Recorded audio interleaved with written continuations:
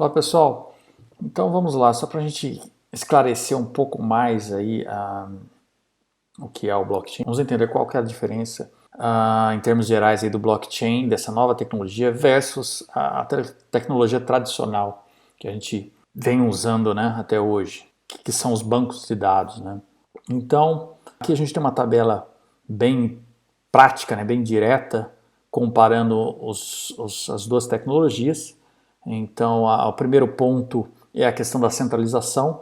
Banco de dados, você está sempre centralizado, você tem que ter um servidor, ele está gravado em um servidor ou numa rede de servidores, mas é um ponto central que é acessado por outros dispositivos para trabalhar com os dados que constam nele. Enquanto que no blockchain você não tem um ponto central, você tem as informações espalhadas por todos os dispositivos praticamente que acessam essas informações. Então isso garante uma resiliência muito maior para um sistema baseado em blockchain do que um sistema centralizado aí, usando o tradicional banco de dados. O outro ponto é a questão da imutabilidade, né? Um banco de dados ele é perfeitamente editável. Você dá um comando SQL, por exemplo, um update, e você consegue alterar qualquer valor dentro de um campo. Não importa quando esse dado foi registrado, se foi há um ano atrás, se foi ontem, se foi há 10 minutos atrás. Você altera isso a qualquer momento, né? Claro, você pode ter questões de níveis de acesso diferentes e aí você restringir um pouco, mas no fundo ele permite essa ação. E, portanto, ele pode ser corruptível. Se você tem um agente corrupto no meio, interagindo com esse banco de dados, dando um exemplo aí, esdrúxulo aí, só para ficar claro, se você tem, por exemplo, alguém que cuida de TI de um banco e tem acesso ao banco de dados, se essa pessoa, por exemplo, é corrompida de alguma forma, ela poderia, em tese, entrar lá e alterar os dados de contas bancárias e transações feitas no passado e esse tipo de coisa. Então dá margem à corrupção, digamos assim.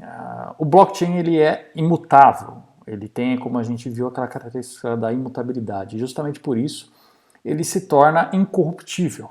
Como você não tem como alterar o passado, uma vez que uma transação registrada ela foi registrada, ela nunca mais pode ser alterada, você não tem essa feature, né, essa possibilidade de alterar o dado simplesmente porque você não tem esse comando, você não tem essa função, você não pode alterar, você não tem como alterar o passado, você não tem como atualizar nada. Então, uma vez registrado, é aquilo e acabou. Logo, se você não tem como alterar, você não tem como corromper o que aconteceu. O que aconteceu, está registrado lá. É como se você tivesse gravado numa pedra, por exemplo, né?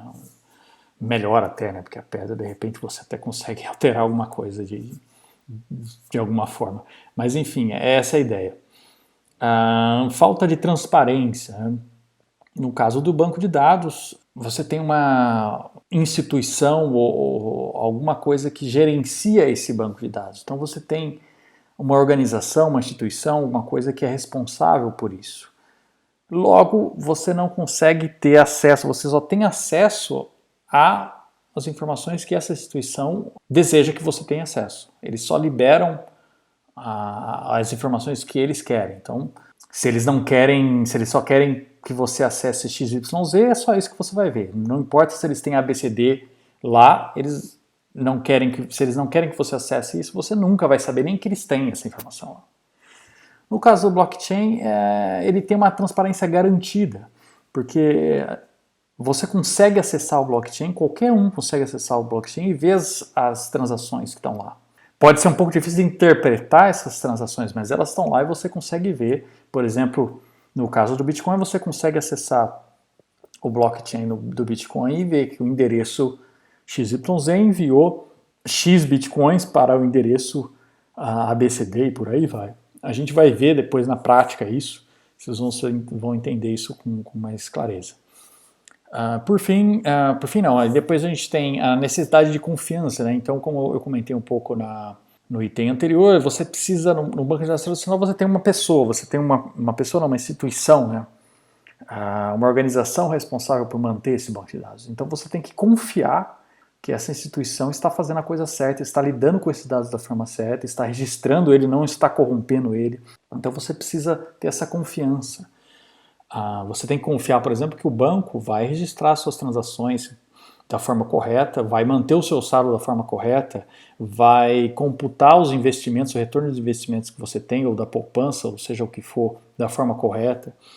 Você tem que sempre confiar nele. No caso do blockchain, você não existe confiança. É completamente desnecessário você confiar, porque ele foi feito baseado naquelas características que a gente mencionou, e na imutabilidade, consensos e algumas outras. Ele é feito de uma forma que, justamente por você não ter, no caso, por exemplo, da imutabilidade, você não conseguir alterar o passado, ele te garante que o que está dentro dele é a verdade. Através do consenso, da imutabilidade e algumas outras características que a gente vai ver em detalhes mais para frente, o próprio sistema, a própria tecnologia garante para você que o que está lá está certo. Então você não precisa confiar em alguém, até porque não tem ninguém, é descentralizado, né?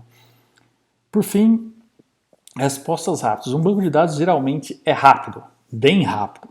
Você pede uma informação, ele te retorna ela praticamente no mesmo instante ou alguns segundos depois. Então, justamente por ser algo centralizado, essa é a vantagem de você ter algo centralizado. Você tem algo num ponto só, ele consegue varrer essas informações que estão ali e já te retornar na hora. Então, se você faz um registro, você tem a confirmação na hora. No caso do blockchain, essa é uma desvantagem do blockchain, porque as respostas neles são lentas. Uma vez que você faz um registro no blockchain, demora um pouco para você receber essa confirmação. E por que demora? Justamente porque ele não é centralizado, ele é descentralizado. Então você tem que enviar esse registro para o maior número de pontos possíveis, para esses pontos concordarem entre si e efetivarem esse registro no blockchain. Não se preocupe que a gente vai entender muito claramente aí como todo esse processo funciona mais para frente. Mas essa aqui a ideia foi só dar uma comparada entre os dois pontos e deixar claro que, apesar de ter grandes vantagens no blockchain, primeiro ele não está aí para substituir o banco de dados tradicional. Ele está aí na verdade, para possibilitar um avanço em outras áreas que estavam bloqueadas, digamos assim, justamente por essas questões que o banco de dados tradicional não consegue oferecer, questões de descentralização, questões de imutabilidade, por aí vai. Então ele não veio para tirar, ele não está aí para substituir o banco tradicional. Porém, ele resolve o problema da confiança, e isso que permite aí o surgimento das criptomoedas. Isso permite a internetização, se é que a gente pode dizer assim, né, do dinheiro, do valor monetário. O que antes sempre foi, na verdade, um problema dentro da internet. Você sempre teve aí uma série de questões em cima de fazer transações financeiras na internet, porque é difícil de você garantir a efetividade dessas transações, a segurança delas e por aí vai. E essa é uma das grandes vantagens aí do blockchain. Ele consegue resolver isso de uma forma brilhante, né? Mas é bom ter em mente que ele está aí e ele resolve vários problemas. Ele não resolve tudo. Ele não é uma bala de prata. Mas como veremos a seguir, ele possibilita aí uma série de novas aplicações, uma série de novos negócios que podem ser feitos. A substituição de algumas coisas que a gente tem hoje por uma forma mais confiável, mais segura e mais fácil até de fazer usando o blockchain. Então, essa que era a ideia aí desse módulo, né? Espero que tenha ficado um pouco mais claro aí a diferença entre os dois e até as vantagens e desvantagens do blockchain. E é isso aí, vamos dar sequência aí. No próximo módulo vamos entender um pouco melhor aí a relação aí do Bitcoin, as criptos, o blockchain e todo esse ambiente. Até lá!